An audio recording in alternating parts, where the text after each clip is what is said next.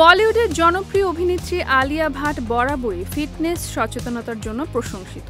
ব্যস্ত শিডিউল সত্ত্বেও তিনি নিয়মিত ব্যায়াম ও স্বাস্থ্যকর জীবনযাপনে অভ্যস্ত।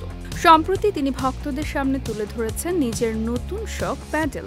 টেনিস ও স্কোয়াশের সংমিশ্রণে তৈরি এই খেলা বর্তমানে বিশ্বজুড়ে দ্রুত জনপ্রিয়তা পাচ্ছে। কয়েকদিন আগে আলিয়া নিজের ইনস্টাগ্রাম অ্যাকাউন্টে একটি ভিডিও শেয়ার করেন। সেখানে দেখা যায় তিনি পূর্ণ উদ্যমে প্যাডেল খেলায় মেতে উঠেছেন এবং বেশ দক্ষতার সঙ্গে খেলা উপভোগ করছেন। ভিডিওটির ব্যাকগ্রাউন্ডে ব্যবহার করা হয়েছে তার অন্যতম জনপ্রিয় সিনেমা গলি বয়ের হিট র্যাপ গান আপনা টাইম আয়েগা, যা ভিডিওকে ভক্তদের কাছে আরও আকর্ষণীয় করে তুলেছে। তবে আলিয়ার এই নতুন শখ নিয়ে সমালোচনা থেকেও তিনি বাদ যাননি। কেউ কেউ তাকে অতিরিক্ত আসক্ত বলেও মন্তব্য করেছেন।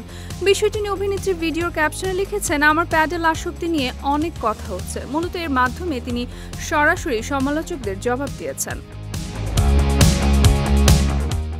আলিয়ার বক্তব্য থেকে স্পষ্ট যে তিনি নিজের জীবন নিজের শর্তে উপভোগ করতে চান।